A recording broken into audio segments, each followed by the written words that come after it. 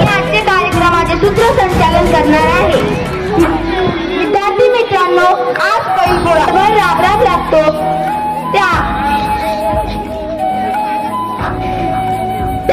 बैलपोळा हा उत्सव म्हणून मी आजच्या कार्यक्रमाचे प्रमुख पाहुणे मुख्याध्यापक व उपमुख्याध्यापक यांना वृषभ प्रतिमेचे पूजन करण्यासाठी मंचावर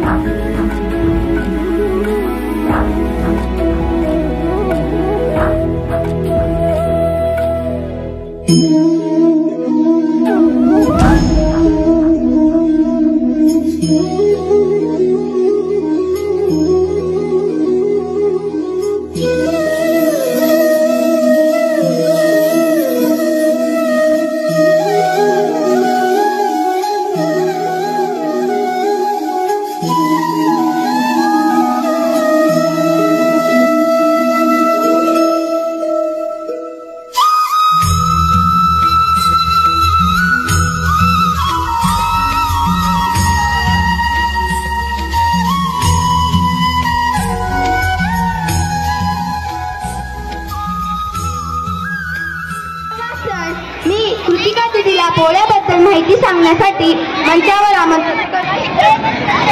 कष्ट हवे मातीला, चला जपूया पशुधनाला, बैलपोळ्याच्या तुम्हा सर्वांना हार्दिक शुभेच्छा। सुप्रभात मित्रांनो, आदरणीय मुख्याध्यापक, उपमुख्याध्यापक आणि माझे सर्व बालमैत्रिणींनो, माझे नाव कृतिका बागल। मी इथे उपस्थित असलेल्या सर्वांना बैलपोळ्याच्या हार्दिक शुभेच्छा देते व तुम्हाला या सणाबद्दल काही माहिती सांगणार आहे। तर श्रावण महिन्याची सुरुवात होताच अनेक सण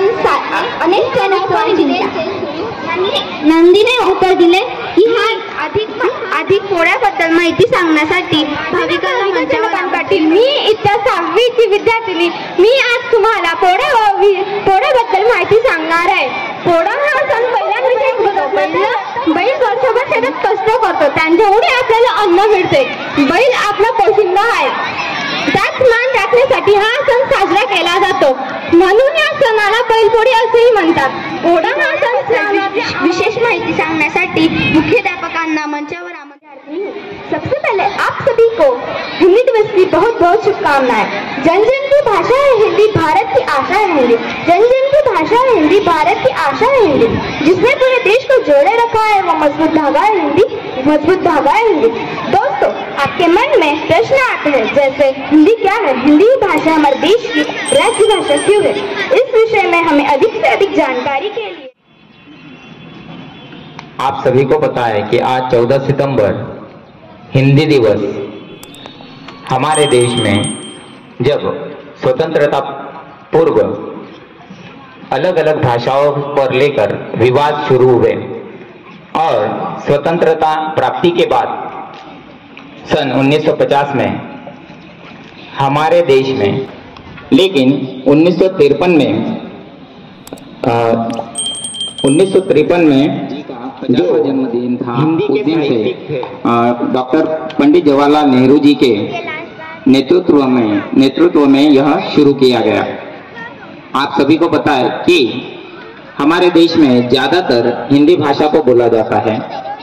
हमारे देश के 77% लोग ऐसे एक हिंदी प्रदेश है जिनमें हिंदी भाषा को बोला जा रहा है और उसको पढ़ाया जा रहा है। आप अगर देखोगे चाइना के बारे में अगर आप सोचोगे तो चाइना में सिर्फ एक ही भाषा है, और मैं ये कई बार बच्चों को बताता हूँ कि चाइना में एक ही भाषा होने की वजह से उस भाषा का प्रभुत्व भी बहुत ज्यादा है।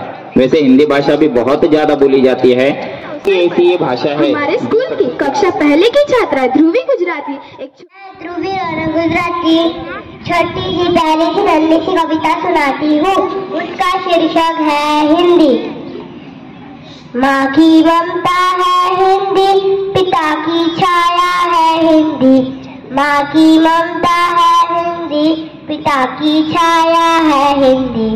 हिंदुस्तान की पहचान है हिंदी, हिंदुस्तान की हिंदी दिवस पहचान के उपलक्ष्य है में सभी को हिंदी दिवस की बहुत बहुत शुभकामनाएं। हिंदी विषय की कुछ रोचक बातें बताने के लिए मैं आपके सामने प्रस्तुत हुई हूँ।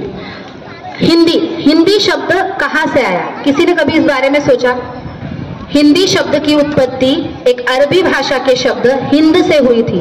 हिंद का अर्थ होता है सिंधु नदी की भूमि या जमीन। यही कहना चाहती हूँ कि हिंदी को पढ़ने वाला व्यक्ति अ से अनाड़ी या अज्ञानी होता है, लेकिन जब वह हिंदी का पूर्ण ज्ञान प्राप्त कर लेता है तो वह ज्ञ से ज्ञानी तक पहुंच जाता है। कुलकर्णी सर को मंच पर आमंत्रित करती हूँ। नमस्कार विद्यार्थी मित्रों, सम्माननीय श्रीमान प्रधानाचार्य जी, उप प्रधानाचार्य जी, अध्यापक मित्रों एवं विद्यार्थी मित्रों, आप सभी को सबसे पहले हिंदी दिवस की शुभकामनाएं और शुभ प्रभात। आज मैं हिंदी के विषय में बोलने जा रहा हूं, कृपया आप शांति से और ध्यान से सुनिए।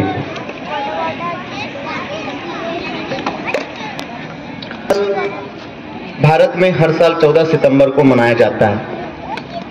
हिंदी भले ही आधिकारिक और राजभाषा के रूप में उसे स्वीकारित किया गया हो, राष्ट्रभाषा स्वीकार करने में कुछ दिक्कतें हैं, लेकिन हिंदी हम सभी भारतीयों के हृदय पर सदैव विराजमान है, आसीन है। उसे किसी आधिकारिक तौर की जरूरत नहीं, के लिए इसे पूरे विश्व में मनाया जाता है। विश्व के सभी विद्यार्थी बहुत सारे विद्यालयों में पढ़ रहे हैं। हिंदी भाषा जो है वो हमारे संस्कृति और सभ्यता का प्रतिबिंब उसमें देखा जाता है। दोस्तों, क्या है हिंदी? कुछ पंक्तियों में सुनिएगा। माथे का चंदन है हिंदी, भारत का वंदन है हिंदी, गोरों का मर्दन है हिंदी, लोटा अभिनंदन है हिंदी। हिंदी राग नहीं, अनुराग नहीं, सद्भाव नहीं, दुर्भाव नहीं, बंदूक नहीं, संदूक नहीं, अलगाव नहीं, टकराव नहीं, लोगों का दुष्ट भाव नहीं। हिंदी तो अभिलाषा है, जोड़ो जो 29 बेटों को भारत माँ की ये आशा है। दोस्तों, अब मैं कुछ हिंदी के मुहावरे हैं जो हिंदी भाषा को अधिक रोचक तथा सुंदर बनाने का कार्य करते हैं। हिंदी के यह मुहावरे बड़े ही बावरे हैं, खाने पीने की चीजों से लेकर भरे हुए हैं। कहीं फल है, कहीं आटा है, कहीं दाल है, मिठाई है, कहीं पर मसाले हैं। चलो चले तो हम लोग फलों से ही शुरुआत करते हैं। यहाँ आम के आम गिठलू के दाम मिलते हैं, कभी अंगूर खट्टे लगते हैं तो कभी खरबूजा खरबूजा। शादी के लड्डू वो लड्डू है जो खाए वो भी बचता है, जो ना खाए वो भी बचता है। मेरा नाम है हरीश गिरा से, कक्षा 7वीं का विद्यार्थी। आज मैं आपके सामने मेरे दोहे प्रस्तुत करने वाला हूँ। पहला दोहा। बड़ा हुआ तो क्या हुआ, जैसे पेड़ खजूर। बड़ा हुआ तो क्या हुआ, जैसे पेड़ खजूर।